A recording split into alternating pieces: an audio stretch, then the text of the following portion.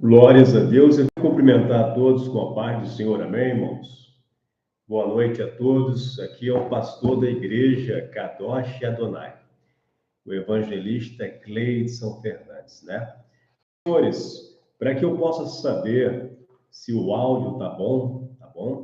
Ou os nossos membros da igreja, ou aqueles que estão inscritos no canal, deixa aqui na lateral aqui do canal, nos comentários, escreva aí para ver se o áudio está bom, tá bom? A gente está com alguns problemas técnicos aqui na internet, tá? E eu quero também que a minha amiga, a Mariazinha, esteja assistindo, né? Esse vídeo que eu estou postando aqui, essa live, tá bom? Um abraço para a Maria, que é ali do grupo da igreja de adoração, né? Se eu não me engano, pequenos adoradores, né? Maria é uma bênção de Deus. Meus queridos, a nossa live hoje, ela é a respeito de um tema. Eu não queria que fosse muito técnico, né? Eu não queria trazer uma live aqui muito técnica, mas sim uma live bem prática, um ensinamento bem prático, tá bom? Eu vou colocar meu fone aqui para saber se o áudio está saindo ok, tá bom?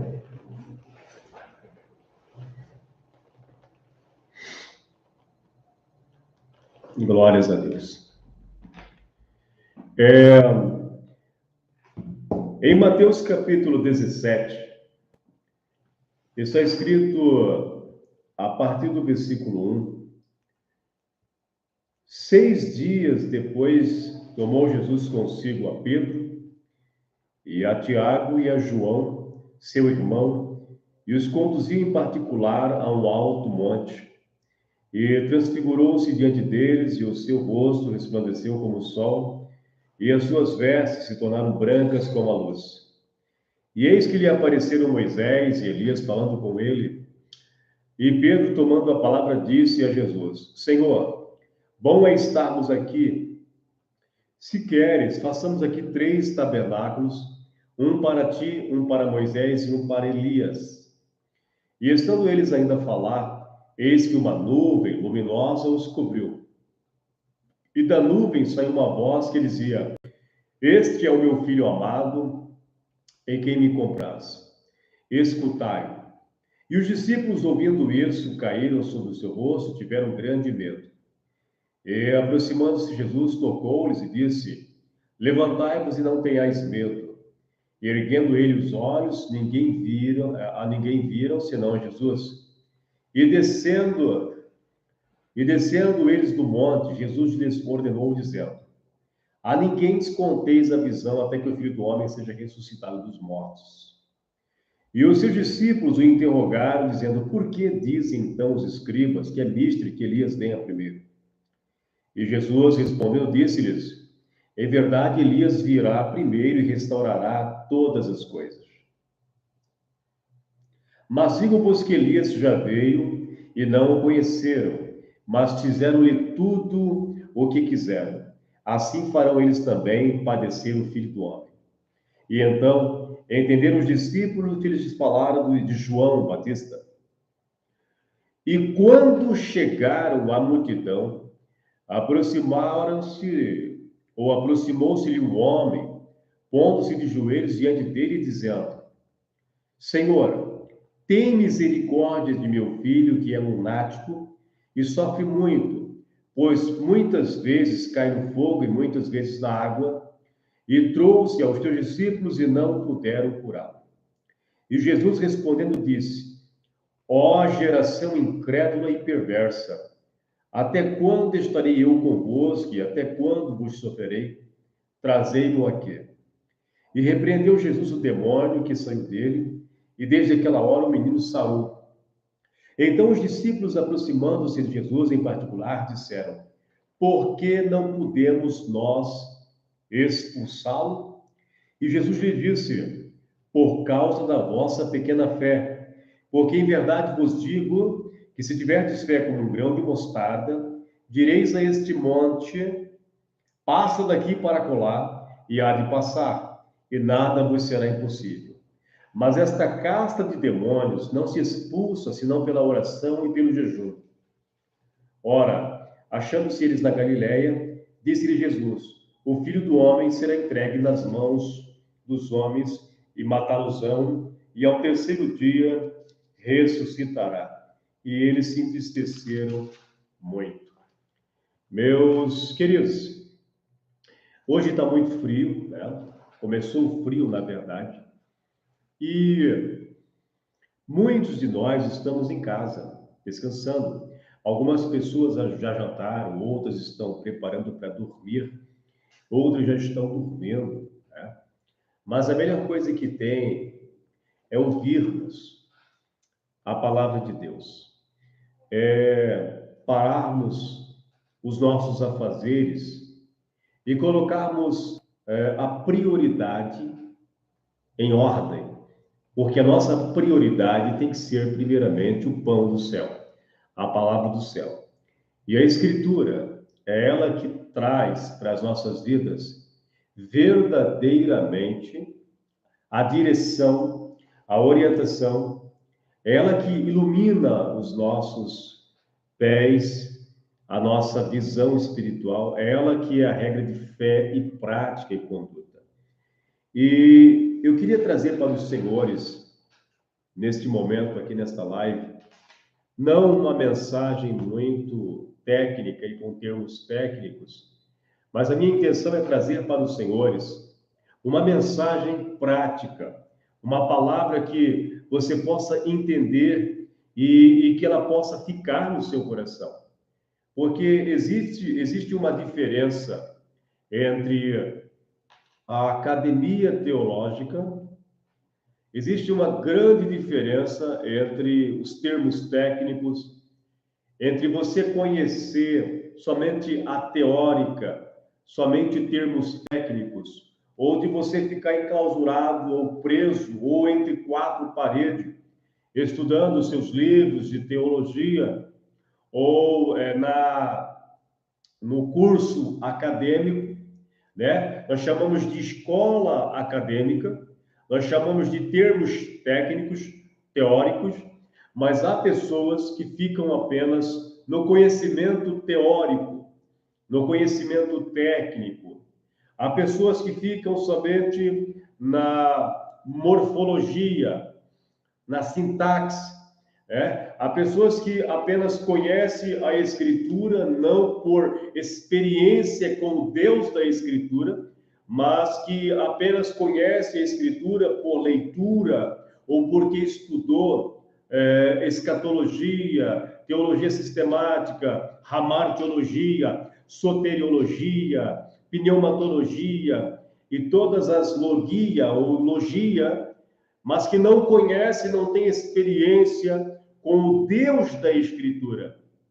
Então eu quero sair desta esfera e, junto com os senhores, quero entrar em outra esfera, que é a esfera da academia da experiência.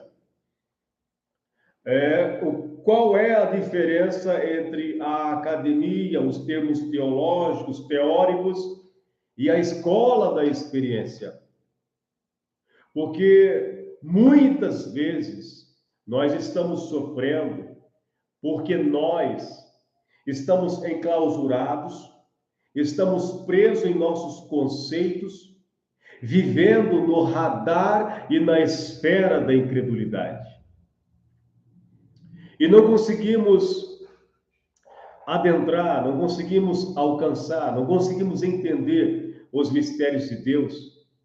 E os dias vão se passando, os anos vão se passando, e nós acabamos muitas vezes nos desanimando.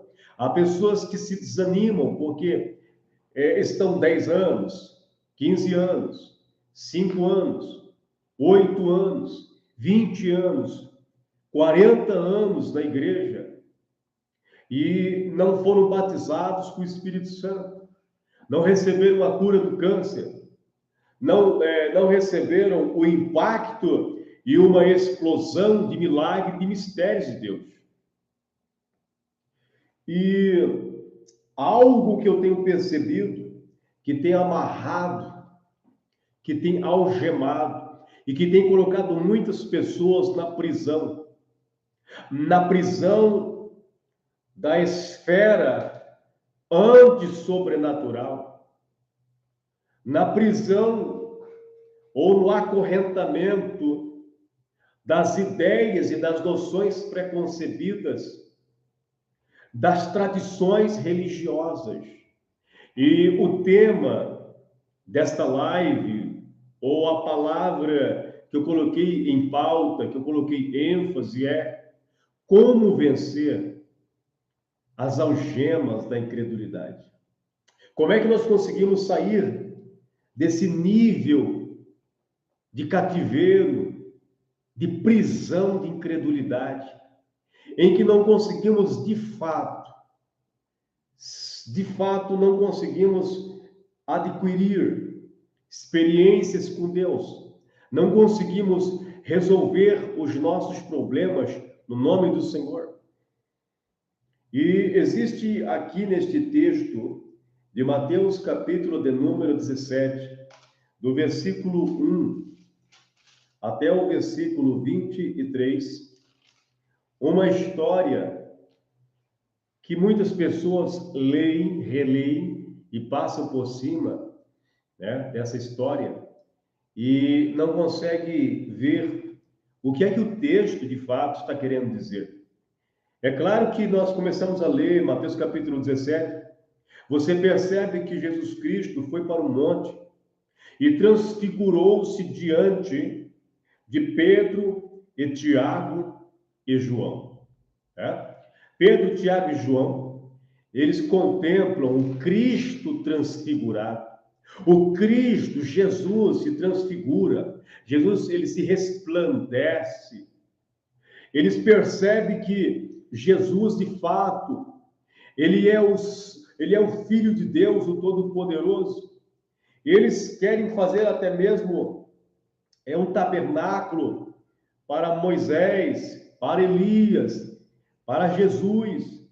Mas no monte da transfiguração estava alguém que era mais importante do que Moisés, do que Elias. E não era necessário que fizessem aquele tabernáculo, mas o que eu vejo de interessante nessa passagem é o motivo de Jesus Cristo levar somente Tiago, Pedro e João. Tiago, Pedro e João eram 3 apóstolos que estavam continuamente com Jesus. Jesus, quando ia ressuscitar, ele levava Pedro, Tiago e João. Jesus, quando subia muitas vezes no monte, chamava à parte Pedro, Tiago e João. Porque esses 3 homens, discípulos e seguidores do Senhor, já estavam em uma esfera maior, já se encontravam em um nível espiritual maior do que os outros companheiros. A Bíblia diz que eram 12 discípulos, né? Então 9 ficaram no sopé do monte, mas somente 3 subiram com o Cristo, o Todo-Poderoso Messias, lá para cima do monte da transfiguração, e receberam o impacto daquela revelação, daquela visão. E o texto diz que quando eles chegaram ao sopé do monte, a história bíblica diz que quando eles chegaram, estava acontecendo um alvoroço, uma bagunça. Os escribas, os fariseus, os homens religiosos estavam discutindo, brigando, zombando dos discípulos, dos 9 que ficaram ao sopé do monte, porque diante dos 9 e de outros que estavam na redondeza, chegou um homem com um filho com um problema. E esse homem, com este filho com problema, Era um homem que estava necessitado de um milagre. Este homem precisava que Deus intervisse. Este homem precisava de um milagre urgente para sua casa, para sua família. E a Bíblia, ela diz em Mateus capítulo 17, a partir do versículo 14, que a história da transfiguração, ela está entrelaçada com a história deste homem que foi até Jesus, mas como Jesus estava descendo do monte ainda, ele resolveu falar com os apóstolos do Senhor. Porque no sopé do monte tinha 9 apóstolos e alguns seguidores. E então ele apresentou o seu problema. E o problema que este pai apresentou era o jovem lunático. Era um jovem com um problema que ele acreditava que era um problema causado pela mudança da lua, pelas estações da lua. Ele acreditava que o seu filho, desde pequeno, ele tinha um problema no qual a lua interferia no seu comportamento, no seu temperamento, em que ele adquiria mudanças vocais, em que ele saía de si. E a Bíblia diz que automaticamente ele se chegou-se próximo, ele se aproximou dos discípulos e disse: olha, eu tenho um problema aqui, o meu filho, ele está com uma doença que eu não consigo curar, ele é lunático, e um espírito se aproxima dele, e ele quer se jogar no fogo, na água, ou seja, a criança ou o jovem, é um jovem que talvez sofria de epilepsia, mas naquele tempo chamavam de lunático. E ele disse que esse jovem também tinha espírito de suicídio. E ele disse que este jovem, ele espumava, este jovem, ele não rangia os dentes, ele se jogava no chão, ele se debruçava, ele se jogava no fogo, se jogava na água. E então o pai, desesperado, disse: pelo amor de Deus, se vocês podem fazer alguma coisa, ajudem o meu filho. Socorre-me nesse momento de dificuldade. Então nós ficamos pensando, lembrando que estamos aqui falando sobre fé, sobre você dar lugar para que o milagre de Deus aconteça, sobre você permitir. A primeira indicação que temos no texto é um pai que vai atrás do milagre.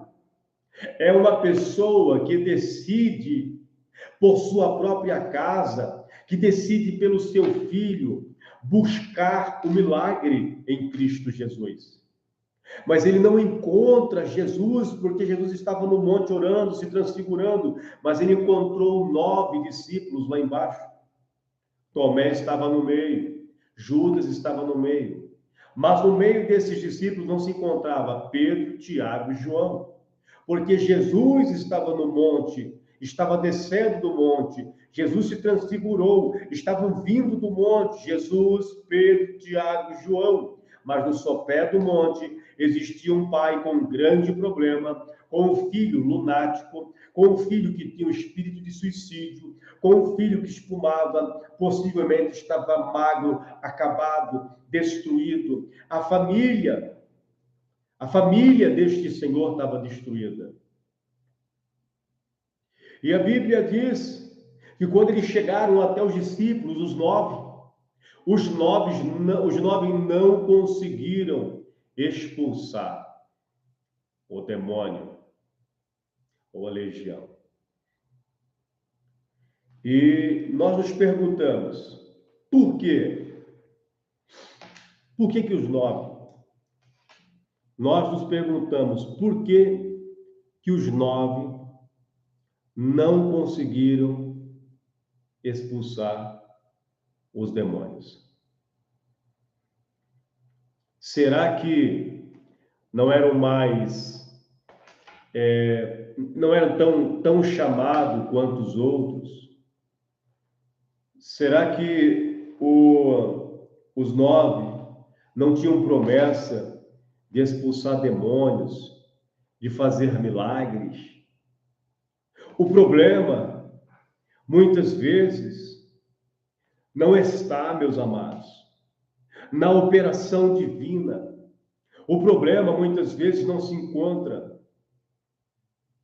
naqueles que estão querendo o milagre, mas o problema está no ambiente em que as pessoas não priorizam o poder de Deus. E a Bíblia diz que Jesus Cristo chegou naquele lugar e Jesus Cristo já perguntou o que estava acontecendo. Jesus Cristo se aproximou dos seus discípulos porque ele é o advogado, ele é o defensor, ele é aquele que se aproxima da causa, da situação. E quando ele se aproximou da bagunça, da multidão, daquela algazarra, ele perguntou o que é que está acontecendo. E então o pai se aproximou de Jesus e disse: olha, eu trouxe meu filho que é lunático, que está com espírito de epilepsia, que tem um espírito de suicida. Desde criança, esse demônio se apossou. Desde criança, de muito pequeno, estamos passando por essa situação em nossa casa. E nós não sabemos o que fazer. E existe um detalhe, Jesus, existe um detalhe. Nós trouxemos para que os seus discípulos expulsassem. E eles não puderam expulsar. Eles não puderam resolver o meu problema, eles não puderam curar. E os escribas e fariseus estavam fazendo chacota, acusando. Porque, irmãos religiosos, só servem para isso. Só servem para colocar a pedra de tropeço. Só servem para acusar, para caluniar, para trazer o nível de incredulidade. E lembrando de qual é o tema de nossa live, é vencendo as algemas da incredulidade. E a história diz que Jesus Cristo, ele pegou e perguntou para o pai: faz quanto tempo que esta criança está assim? Ele disse: desde pequeno, desde criança. Agora já é um jovem. E Jesus Cristo, olhando aquela situação, e aquele espírito se convulsionou, aquele espírito se apossou com um poder tão terrível daquele jovem, e ele se estribuchou, ele se esperneou. E a Bíblia, ela diz que Jesus Cristo, ele então disse: ó geração incrédula e perversa, até quando estarei eu convosco e até quando vos sofrerei? Trazei-mo aqui. É interessante notarmos que no texto de Mateus capítulo 17, Marcos capítulo 9, versículo 2 e 13, Lucas capítulo 9, versículo 28 e 36, Jesus Cristo diz para o Pai: se creres, é possível. Então, o pai estava com incredulidade. Mesmo indo buscar o milagre, o pai estava com incredulidade. Jesus, ele repreende o pai. Jesus, ele repreende os discípulos, porque os discípulos se aproximaram de Jesus e disseram: por que nós não podemos expulsar esse espírito, esse demônio, essa casta? Jesus então disse: é por causa da vossa pequena fé. Porque em verdade vos digo que se tiverdes fé como um grão de mostarda, direis a este monte: passa daqui para acolá, e vai passar. O que nós aprendemos nesse texto, nesta live, é que havia incredulidade no Pai. Havia incredulidade dos escribas, dos fariseus, dos homens religiosos. E havia também incredulidade nos discípulos. E então Jesus Cristo disse: É por causa da vossa pequena fé que vocês não conseguem derrotar esse demônio de epilepsia, de suicídio, de morte, de destruição que se apossou do corpo dessa criança. O que me chama a atenção é que está escrito no final do texto, né? Eu vou ler para os senhores, versículo 21 do capítulo 17 de São Mateus. Mas esta casta de demônios não se expulsa, senão pela oração e pelo jejum. O que nós acabamos de ler aqui, meus senhores, é que só existe uma forma de você vencer a incredulidade, as algemas da incredulidade.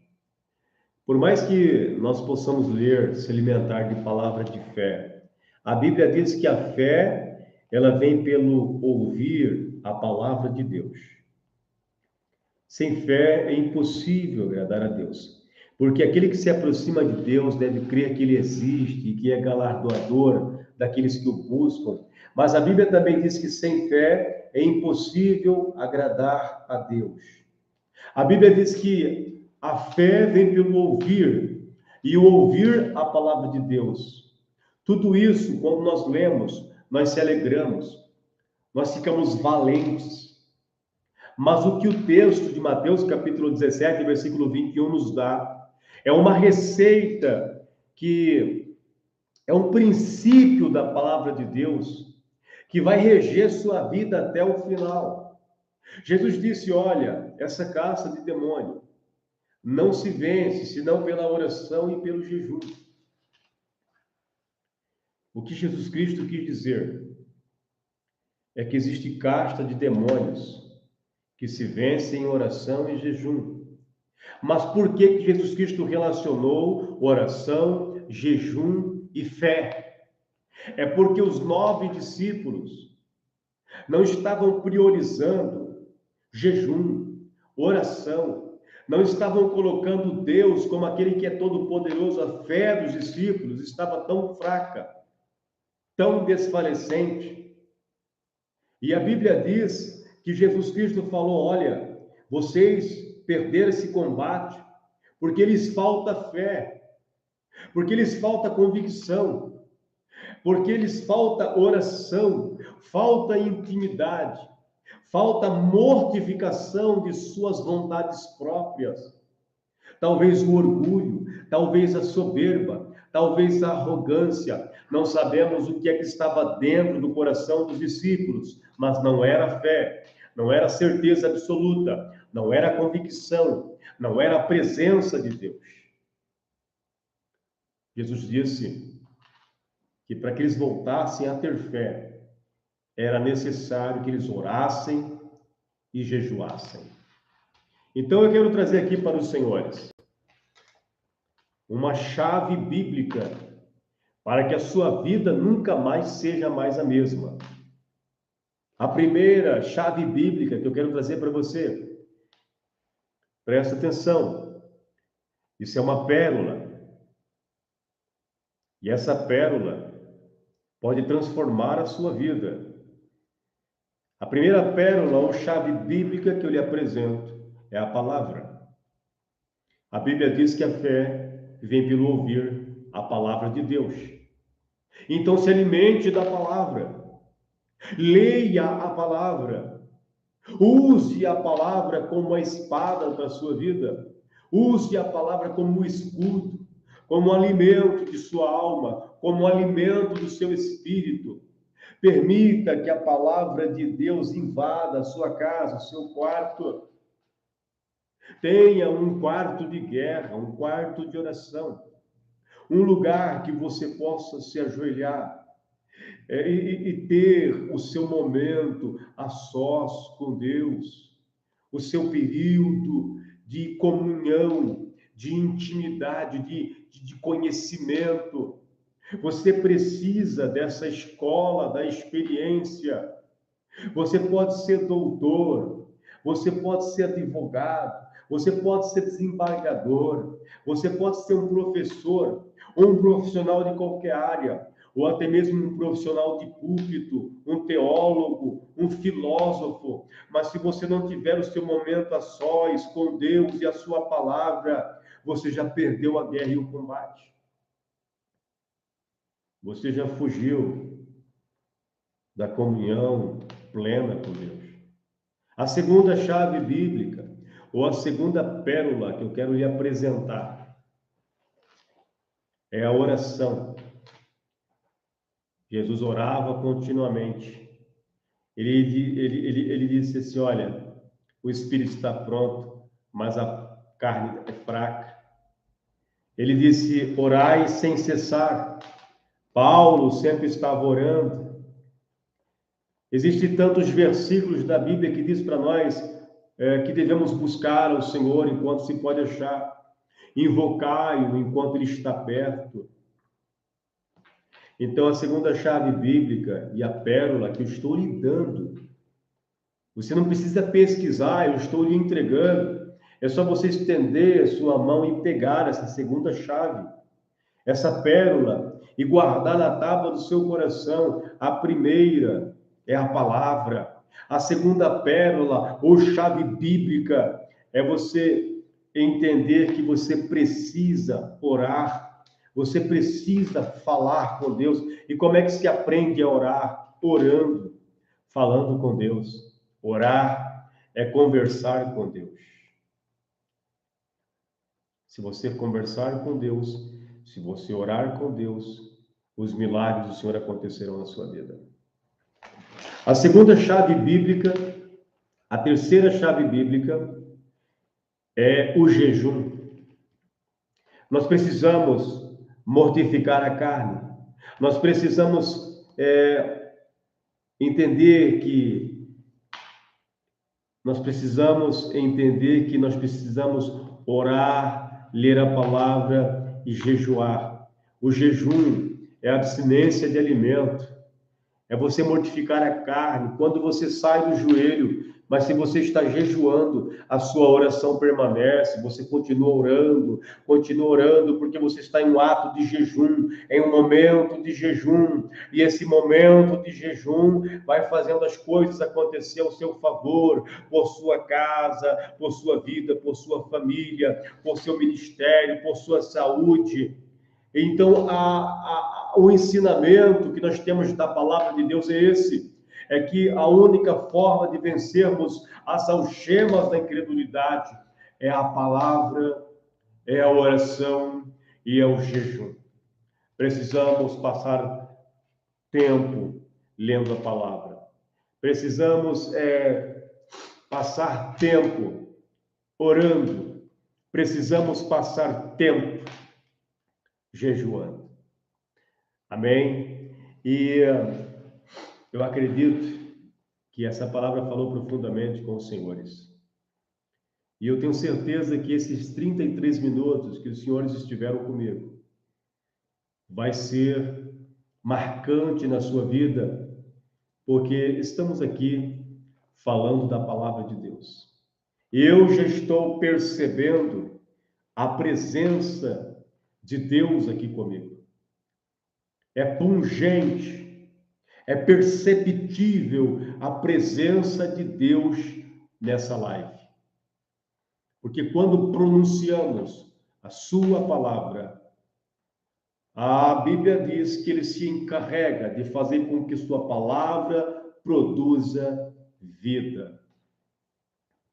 Eu quero aqui deixar um abraço aqui para Raquel, Juliana, Márcio Augusto, paz do Senhor. Genilce Amorim, paz do Senhor. Paz do Senhor. Que o Espírito Santo abençoe a cada irmão, a cada irmã, a cada pessoa que estará assistindo esta live. Eu quero orar com os senhores. Eu quero orar por você que está participando da live. Eu quero orar por você que estará assistindo essa live. Eu quero dizer que grande é o poder de Deus para operar milagres em nossas vidas quando nós cremos na sua palavra, no seu nome e no seu poder. Pai, no nome de Jesus, eu lhe glorifico na beleza da tua santidade. Eu louvo o teu santo nome porque eu sei, Senhor, que o seu Espírito, Senhor, está trabalhando na vida daquele que está assistindo, daquele que vai assistir, dessa pessoa, meu Deus, que precisa, Senhor, urgentemente de um milagre na sua vida, na casa. Senhor, vai de encontro com esta mulher, com este homem. Senhor, entra com providências na transformação do caráter. Senhor Jesus, essa família que está sendo assolada com doença, com enfermidade, com mortandade. Meu Deus, há a possibilidade do Senhor chegar na frente com a cirurgia e fazer na frente a cirurgia, Senhor. Tu é aquele, Senhor, que restaura o rim. Tu é aquele que cura de infecção urinária, o Kvedahais, Keberdiote porcadas. Tu doce que emergios. Tu é que é meiote, Pai. Tu é aquele que cura o pâncreas. Tu é aquele que cura os ossos, os nervos, o sangue. Tu é aquele, meu Deus querido, que restaura a pele, que desentope as veias, aquele que troca coração, aquele que trabalha no cérebro, aquele que trabalha nos nervos, aquele que dá vida, meu Pai, à célula que se encontra morrendo ou que já está morta. Tu és o Deus que ressuscita. Tu és o Deus que expulsa os demônios, que expulsa os espíritos. Então, em nome de Jesus Cristo, Senhor, esta hoste maligna que tem atacado, Senhor, essa residência, essa casa, Senhor, o estabelecimento dessa pessoa, meu Deus querido, os negócios, a vida sentimental, a vida espiritual, a vida profissional dessa pessoa que tem sido atacada, tem sido alvo, Senhor, de grandes barreiras, meu Pai. Jesus amado, eu oro, Senhor, por essa mulher que se encontra enferma. Senhor, que essa enfermidade seja expulsa pelo nome de Jesus. Que essa macumba, que essa feitiçaria, que essa bruxaria, que esse feitiço, que essa maldição hereditária venha a ser desfeita, venha a ser queimada. Senhor, envia Miguel e vai destruindo todo laço de armadilha, de morte, as setas que voam de dia, de noite. Em o nome de Jesus, Senhor. Em o nome de Jesus, Senhor. Olebaço, Kenderé Bondar. Vai recuando, Senhor, com toda doença que tem lutado contra essa casa, contra essa vida, contra essa família, Senhor. Que o Senhor possa consagrar, meu Pai, tudo que essa família tem. Que o Senhor possa consagrar e ungir tudo que esse lar é na sua presença. Pelo poder do nome de Jesus. É assim que nós lhe pedimos, Senhor.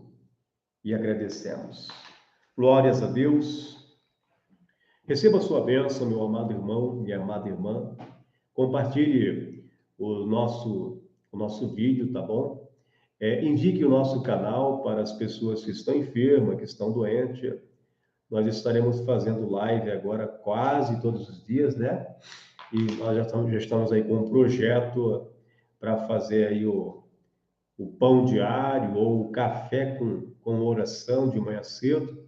A partir de amanhã, aqui no YouTube já tem um vídeo já, mas é um vídeo curto, com uma palavra profética e com uma oração para que você comece o seu dia numa devocional, uma devocional poderosa, arrepiante, né? Com uma oração forte, com uma oração verdadeira e sincera, tá bom? Então, nós estamos no objetivo aí de alcançar 1000 inscritos. Nosso canal aí fez hoje aí, né, 600 inscritos, 601, 602, e existem pessoas que já estão nos ajudando. Então, coopere conosco, ative o seu sino, deixe o seu like, comente os nossos vídeos e mande para alguém que está no hospital. Se você conhece alguma pessoa que ela está enferma e que talvez não pode ir para a igreja, mas que ela se permite ouvir a palavra de Deus, então indique o nosso canal para essa pessoa. Por qual motivo? Porque eu falo muito sobre cura divina. Eu oro muito por doentes, por enfermos, porque é para isso que Deus nos chamou. E nosso canal também tem muitos ensinamentos, muitas orientações, tá bom? Então, nós estamos nessa campanha aí, nessa guerra, nessa batalha, de conseguirmos aí 1.000 inscritos, né, até o final desse mês, em nome de Jesus. Nós profetizamos e acreditamos que Deus entrará com providência e nós vamos aqui estar fazendo a obra de Deus através desse canal, orando pelos doentes e ensinando a palavra de Deus. Um abraço a todos, que o Espírito Santo ele possa confortar o seu coração, edificar a sua fé e juntos vamos fazer um grande reboliço e pedir a Deus que o Senhor envie o avivamento sobre nossas vidas. O canal de Estudos das Profecias com o pastor e evangelista Gleidson Fernandes agradece a todos. Um abraço, Pai do Senhor.